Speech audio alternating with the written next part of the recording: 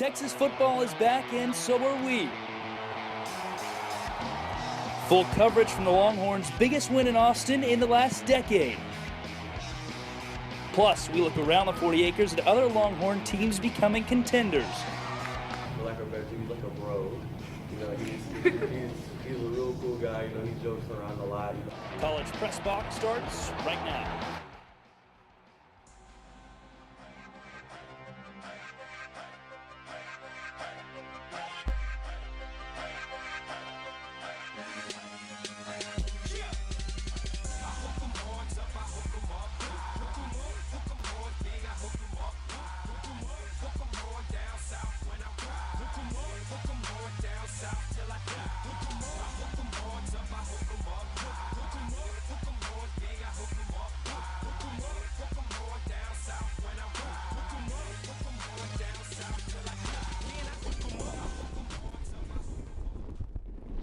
Good evening, ladies and gentlemen, and welcome into our first show of the semester. Glad you're with us.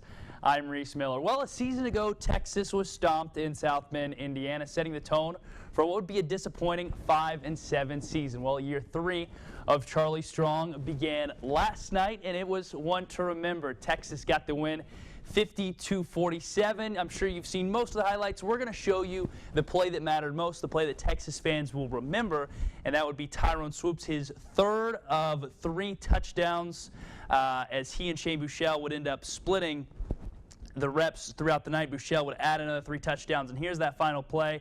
Tyrone Swoopes making a man miss, stretching out like Superman, and that is good to see for a player who deleted his Twitter last week, came back and got the game-winning touchdown last night, and Texas got the 50-47 win over number 10 Notre Dame. Mark Skoll was on hand along with our own Matthew Adams. You know, there was a hashtag Believe.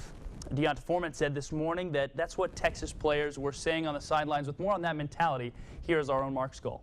Charlie Strong's message to his team during the offseason was to believe. And that's exactly what the Longhorns did in their 50-47 double overtime win against Notre Dame on Sunday night.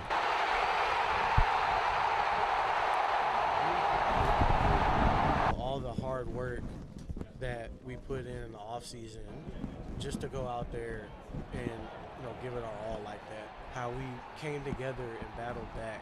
Team last year wouldn't have done that. But I feel like this is a different team. This is a better team. We needed tonight to get this program back in the spotlight. And this is a big win for us to get the program headed back. One of the Longhorns in the spotlight was true freshman Shane Buechele, who was given the starting nod at quarterback. And just in his first few months on campus, he has earned the respect of his teammates.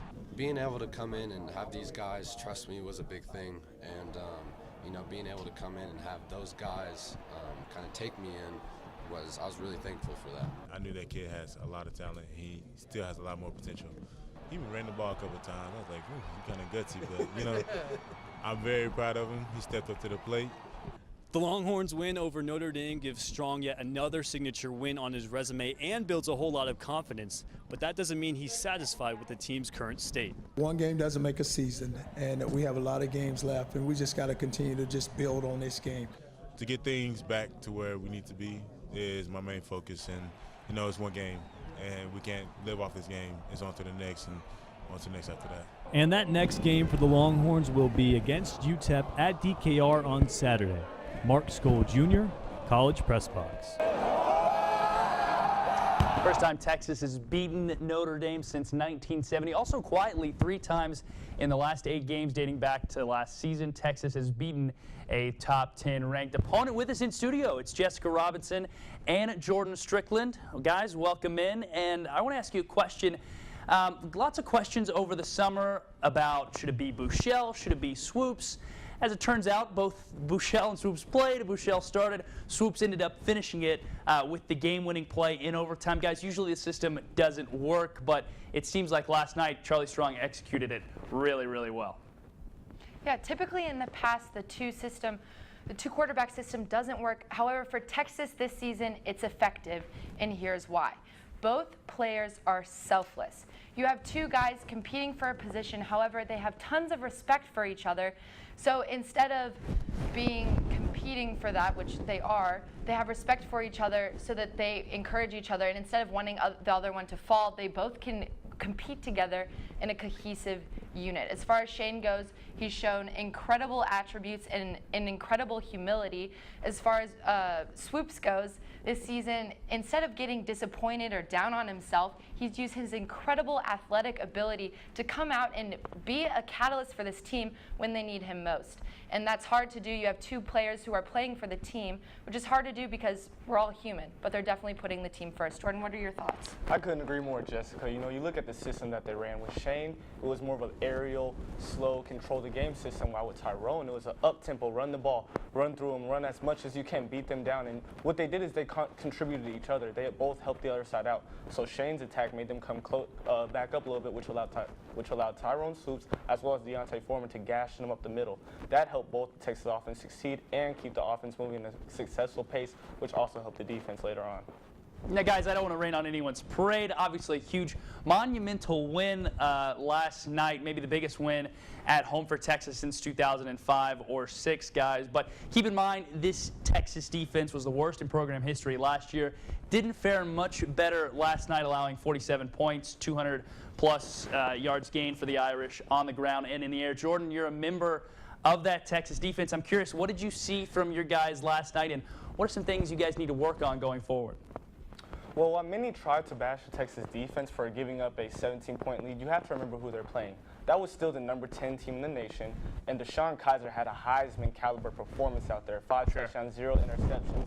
So for under the standards, under the team, under the lights, and for the first game of the season, I couldn't ask for more from the defense. They stuck with it. They didn't give up when they lost the lead. They fought back. And if you look at Holton Hill's third down play in overtime, helped seal the deal for Tyrone Swoops and Texas offense to take care of business.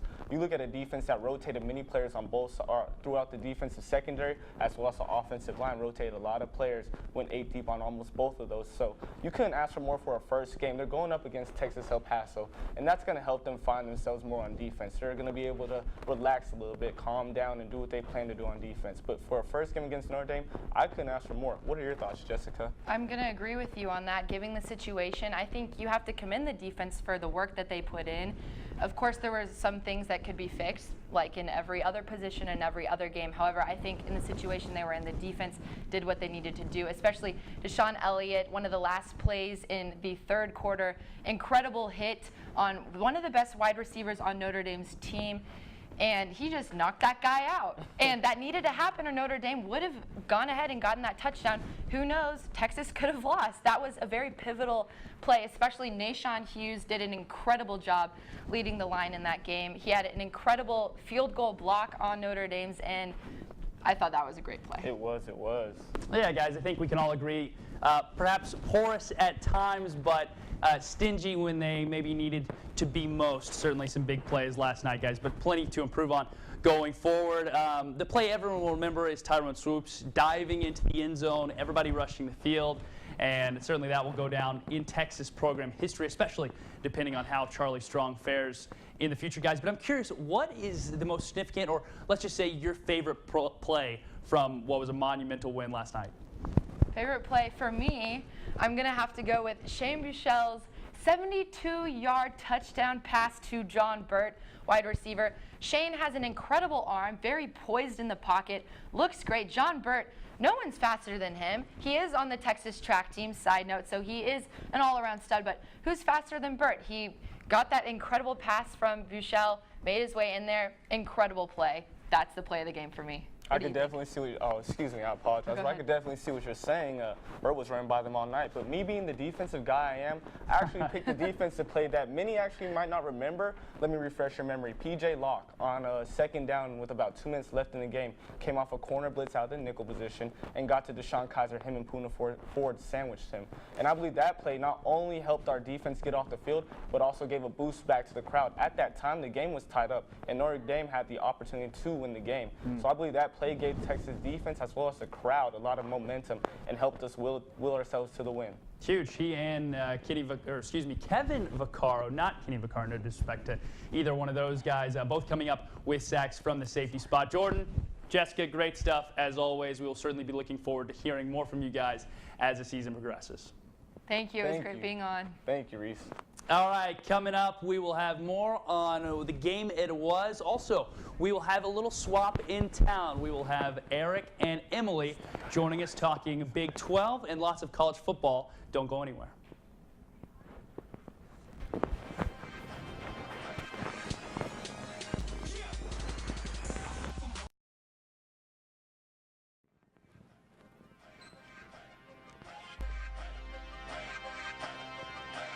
Welcome back to College Press Box. I'm Eric Goodman. This is Emily Stone, and this is Unhooked. It's our inaugural segment where we turn our attention slightly away from the 40 acres and kind of examine what happened across the entire landscape of college athletics.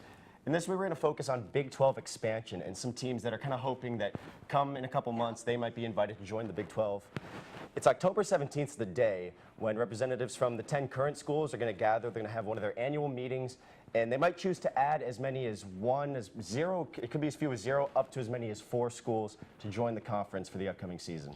We put together a power ranking of 5 Big 12 hopefuls with a bunch of different factors in mind, including academic presence, location of the campus, and how each team fared this past weekend. Now, this one you probably saw, most of us did. Number 15, Houston, beat number 3, Oklahoma, 33-23 in what definitely felt, at least to me, like a Big 12 game. Houston has to be the leading foremost candidate for expansion. They're in a great market. It's in the center of where the Big 12 region currently is, staying local.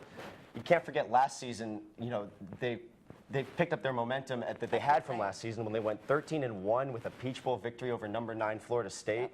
The only thing that might work against the Houston Cougars' favor is their coach, Tom Herman. Like, he's a strength for them as a coach. He's built a great program there, but he might even pose a threat to some of these other high-level coaches in the Big 12.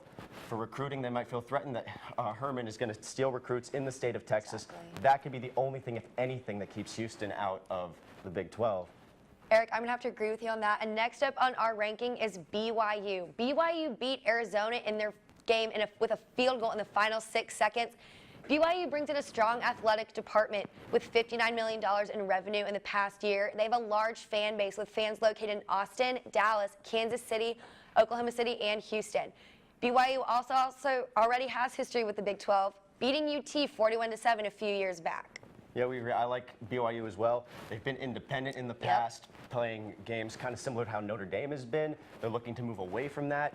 Join a conference. The Big 12 might be the right place for them. Definitely. Then we mentioned earlier about Tom Herman might posing a threat, being the only reason to keep Houston out of the Big 12. If that does happen, a really good candidate to capitalize on that could be SMU. I don't see the Big 12 adding 2 Texas schools, so I don't think Houston and SMU will come in together. But again, if Houston does not become accepted in, I think SMU is the logical choice.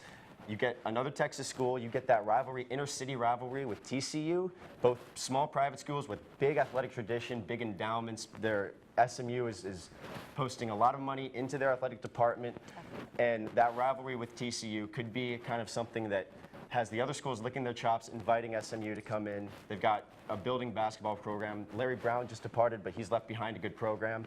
And then, Emily, you also like Cincinnati for expansion. I do. I think Cincinnati's a good choice. They won against the UTM Skyhawks 28-7, and they are constantly growing as a university and as an athletic program. They spent $300 million improving athletic facilities since 2005, and they've recently signed a $50 million apparel deal with Under Armour.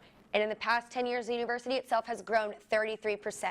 Now, their football program isn't too shabby either. They played 9 bowl games in the past 10 seasons, and the location for the Big 12 is prime.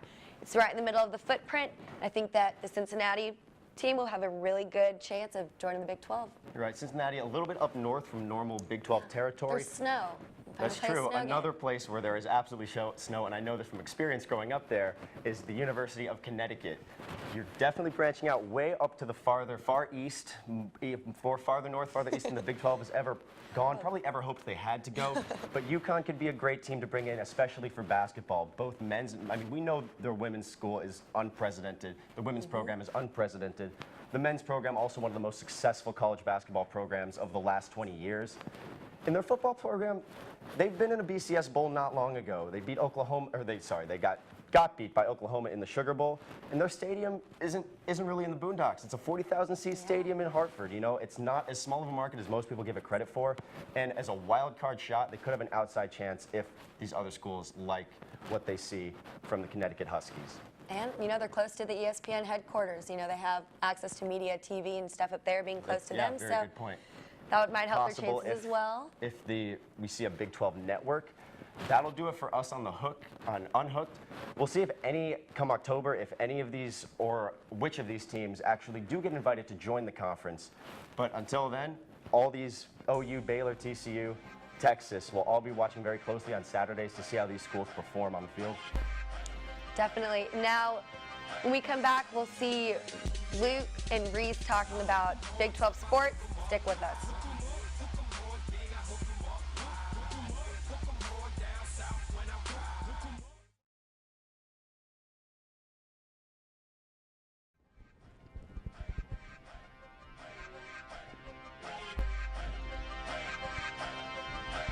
Rolling along here on College Press Box. Glad you're with us on this Monday night. Terrific night last night. Horns get a big win.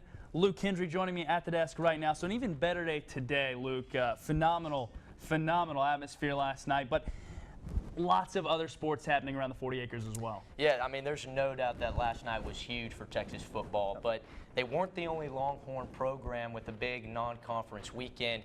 The Texas men's and women's cross-country team competed in the Stephen F. Austin Invitational in Nacogdoches. Both squads dominated the field. In fact, the men were led by sophomore Pedro Nasda and defeated the field by 54 points. The women followed suit as well. Sophomore Alex Cruz led the Horns, and they beat Houston by 17 points, clinching the victory on both sides. They will compete in the Texas Invitational next Friday here in Austin at the Hancock Golf Course. Last Saturday, number 3 Texas volleyball was swept out of the Oregon tournament by number 1 Nebraska Cornhuskers. They're pretty good as well. Texas responded by, well, they've only lost one set since they went 4-0 in the American Campus Classic hosted at Gregory Gym this past weekend. They finished that sweep off with the Miami Hurricanes, a 3-0 victory. They hit 494 in the match. And how about this? Freshman Micaiah White, the Big 12 freshman of the week. Texas will continue on the road this Friday. Texas soccer continued their non-conference play over the weekend with matchups against Sam Houston State in California. The Longhorns dominated the Bearcats and rolled to a victory 7-0. 6 different Longhorns in that first game found the back of the net, led by freshman Kyra Falcone with 2 goals in the opening half. That was actually the first time that the Lady Longhorns were able to tally 7 goals in an individual match. They continued the weekend with a strong battle against a highly ranked opponent, the California Bears. The Golden Bears ended up topping the Horns 1-0, but the defensive match was characterized by strong play from UT's goalkeeper Paige Brown and California's Emily Boyd. In fact, our very own TSTV's James Garachos was at Mike A. Myers Field this weekend. Texas soccer laid the hammer down on Sam Houston State this Friday with a 7-0 win. That's the most goals at home since October of 2006. However, this was all in preparation for the Longhorns' first big test of the season, Sunday, against the 19th-ranked University of California. California dictated play early on, but keeper Paige Brown was up to the task, totaling 6 saves. I think she made, big-time keepers have to make 2 saves they shouldn't, and 3 or 4 they should, and I think that's exactly what you saw Paige Brown today. Yeah, I feel like definitely more connected now in the second game with the back line and the team, and they know what I'm going to do, and they know it. What we're going to do with one another. So. The 2 positives for Texas soccer was their response to their first big test of the season, and that Paige Brown has solidified her starting position in goal. But the main question that still remains is whether or not the Longhorn defenders were given enough time to set up their wall on Cal's goal. It's a quick restart, but that's just something that we need to be on our toes for. So here's the foul, and as everyone was setting up for the free kick, Cal passed the ball to another player and tapped it in, as players, fans, coaches, and media members stood in confusion. The Horns had a couple chances to equalize but couldn't connect when it mattered most, as the match ended 1-0. Coach Kelly did not feel the game reflected the scoreline, but her squad will have another chance to beat a ranked opponent next week when they travel to Ohio State. Reporting from Meyer Field, James Grachos, College Press Box. Excellent reporting there, done by our own James Grachos. And a nice start to the season for Texas, 3-2 early on against some easier opponents, but kind of fell flat against their first-ranked opponent in California and really gave them some issues.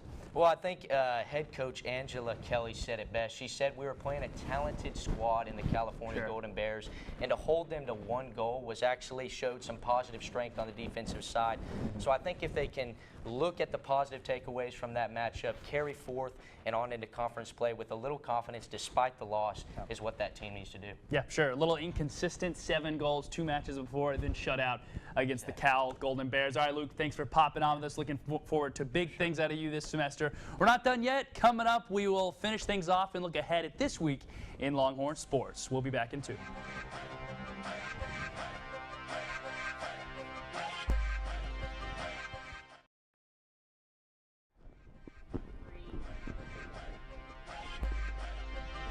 Great to have you with us on this Labor Day here on College Press Box. Great week last week in the first week of the semester for Longhorn sports. So let's take a look at what's going on in our second week around the 40 acres. Friday soccer taking on Ohio State. Big game there, 4 p.m. Also volleyball taking on ranked number 25 Colorado State. That's at 8 p.m. Saturday. Volleyball continues on in the Midwest at Wichita State. Football takes on the University of Texas El Paso. Miners, big one there, 6 o'clock kick on LHN. Sunday, soccer is at Miami of Ohio. That is a noon opener right there. So, Bevo 14. We all know what happened last year. Saw 2 national titles, appearances in Pasadena, won over 150 games. So Bevo 15 has a big horseshoe to fill. Mark Skull has more, doing the heavy lifting this week on Bevo 15. Texas fans have been waiting a long time to see their team in pads and for Charlie Strong to name the starting quarterback, but they've been waiting even longer to see their beloved mascot Bevo take the field yet again. Bevo 15 was introduced just before kickoff versus Notre Dame and was a tad bit nervous walking under the bright lights for the first time. However, he did finally settle in back in the south end zone with some help from the Silver Spurs. He was scared, I saw. He was? Yeah, when I saw him, he looked scared, but that's awesome. You know, he's our mascot. He's gonna always be there with us, and it was good to have him for our first game this year. He looks kind of young, but I mean he'll grow just like this football team, and he'll be great. Here are some things you probably didn't know about Bevo 15. Bevo 15's registered name is Sunrise Spur, and he is only 19 months old. He is so young that his horns aren't even fully grown yet. Bevo 15 also won the Grand Champion Steer Show at one of the country's largest cattle shows, where he defeated over 132 other Longhorns. It's always nice to have, Bevo out there. Just a little extra motivation, Bevo 15 is following in some impressive footsteps. Bevo 14 won the 2005 National Championship and over 100 regular season games as the official mascot for the Longhorns. But hey, Bevo 15 started off his career on the high note, getting Texas the win in double overtime over Notre Dame. From DKR, Mark Skull Jr., College Press Box. Great stuff there, as always, Mark. Perhaps Bevo 15 will break in a new era and a new success of Texas football. Certainly got off to a good start on Sunday night. That's all we have for you tonight on our first show of the semester on this Labor Day. It was great having you with us, and it's certainly a good one. Follow us on social media throughout the year for TSTV Sports. That's at TSTV Sports. Join us every Monday night at 9 right here in the TSTV studios. Also for some hot takes, come on back Wednesday nights for College Crossbar. That is, this is College Press Box. Thanks to everyone making it happen, Studio Master Control, and a special thanks to you for hanging out with us tonight. Until next time, I'm Reese Miller. Good night.